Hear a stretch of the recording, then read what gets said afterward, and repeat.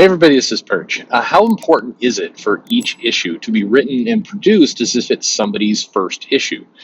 This is something Jim Shooter pushed pretty heavily in Marvel in the '80s. But if you read those comics, it wasn't like the comic felt like each one had to have miles of exposition, kind of explaining the characters and everything that was going on. It definitely meant some things were repetitive.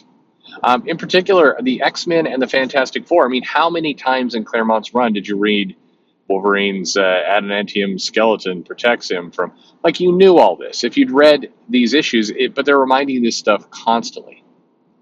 He's the best at what he does. What he does isn't very nice. It's not nice, which means he kills people sometimes. He kills them and smokes, kills and smokes. It's a disaster. Anyway, the comics were written in such a way, and they were produced in such a way that yes, you could adhere to what Shooter was asking for, which was make every comic accessible. But I think that what that means, accessible, it got kind of, I don't know, at best case lost, at worst case just completely warped over the years to what that actually means. When we say accessible, it means that a new reader, somebody who hasn't read comics, can pick it up and figure out a way to connect and enjoy the comic and hopefully buy more. That's what was meant by make every comic. Remember that it's always somebody's first comic. It's always somebody's first time reading this book. That's what was meant. It wasn't meant that, hey, you have to treat every reader like an idiot, like they have no idea what's going on whatsoever.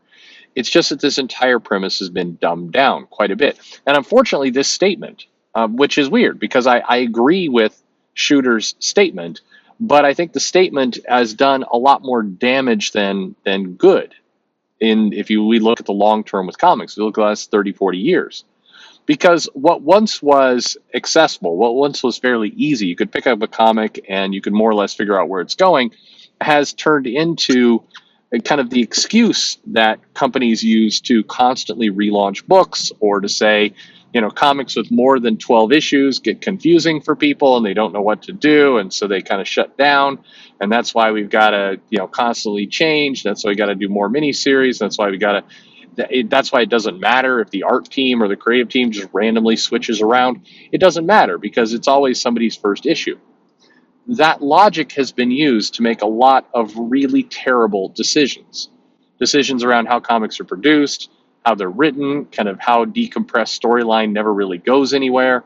I remember when, and Marvel was trying this out, I think DC did as well, where you'd open up the comic, and if it was like part 4 of a 6-issue arc, and for a while, everything at Marvel was a 6-issue arc. It was, we're writing for the trade. And the first page would have pictures of the covers of the previous 3 issues of the arc. You're on part 4, so it'd have the covers there. And for a while, like, the covers were, deliberately blown up to be as big as possible on that page, while still leaving some room for text. And it felt insulting. I remember customers coming in, looking at that, going, I know that number 23 comes before number 24. I don't need the number 23 in 72-point text there centered under the cover like I'm an idiot. Like, I can't even just see the number printed on the cover that they have shown there. They got to double print the number underneath. This is one of those cases where if you can visualize what I'm talking about, if you remember this, you're nodding along like, yep, I totally get it. And for other people, like, I have no idea what he's talking about right now. But it was like they took the dumbest possible view of what that statement, it's everybody's first comic at some point, and they just implemented in the worst way possible. It actually dumbed down comics rather than do what I think was more successful back when Jim Shooter was editor-in-chief. It's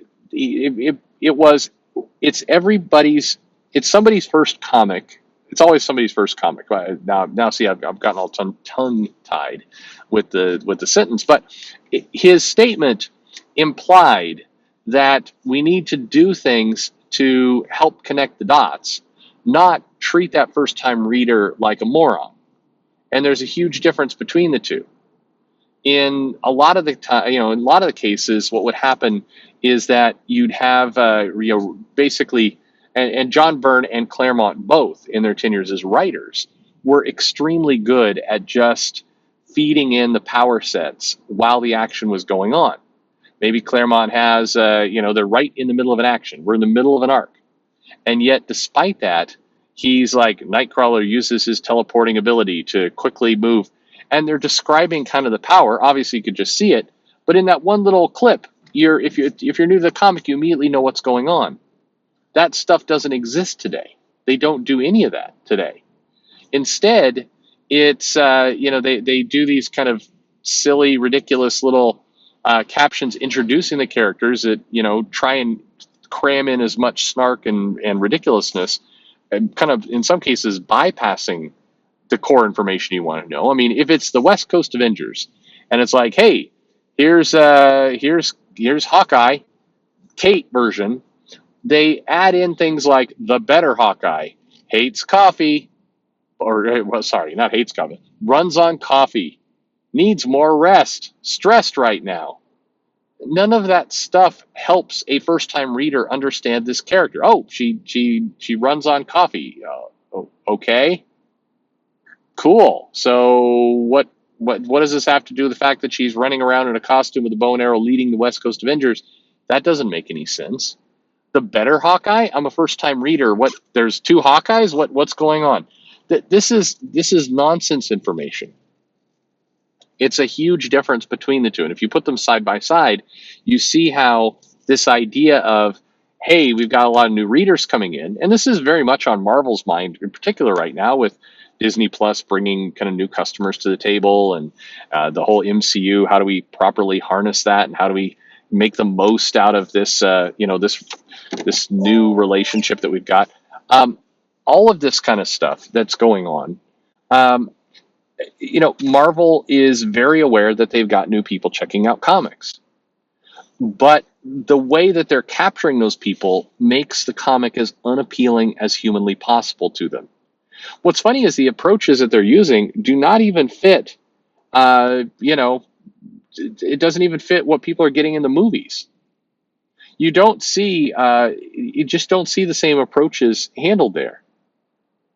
So I definitely think that Jim Shooter's old philosophy of it's always somebody's first comic, and so you need to make sure it's accessible. It's a good idea. It's been completely bastardized. It's definitely not functioning in any kind of normal, logical way now. And today, I think, if anything, comics are more isolating to new readers. They're an interesting thing, kind of, it's almost like reverse psychology. If you tell people over and over and over that something is really, really hard, even if they don't believe it, they'll start to take your word for it. And the more, what always pains me, and I've talked to other retailers about this, and everybody always hates it, when somebody like a Joe Quesada or Dan Didio or Jim Lee or C.B. Cebulski or somebody at the leadership level would come out and say, well, we know comics are really hard to get into. If you're a new reader, where to even begin? Like, don't say that out loud. Even if you believe it, don't say that. You, as the purveyor of this product, stop.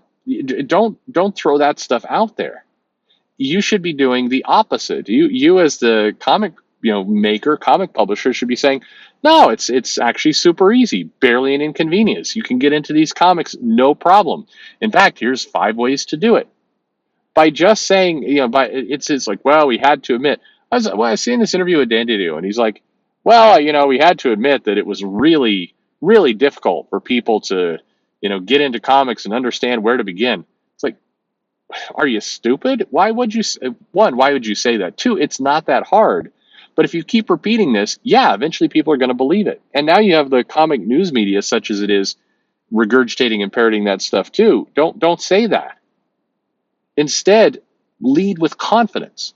Confidence that, hey, it's not that hard. Hey, give it a try. Hey, we've decided to get more of the early runs out in trade at a cheaper price, so it's easier never to step in. Hey, we talked to our writers, and we decided that we'd do some better ways of recapping the story by having it happen naturally throughout the narrative, rather than have you suffer through a dumb recap page at the beginning that's written as if it's by a toddler and kind of takes cracks at its own story.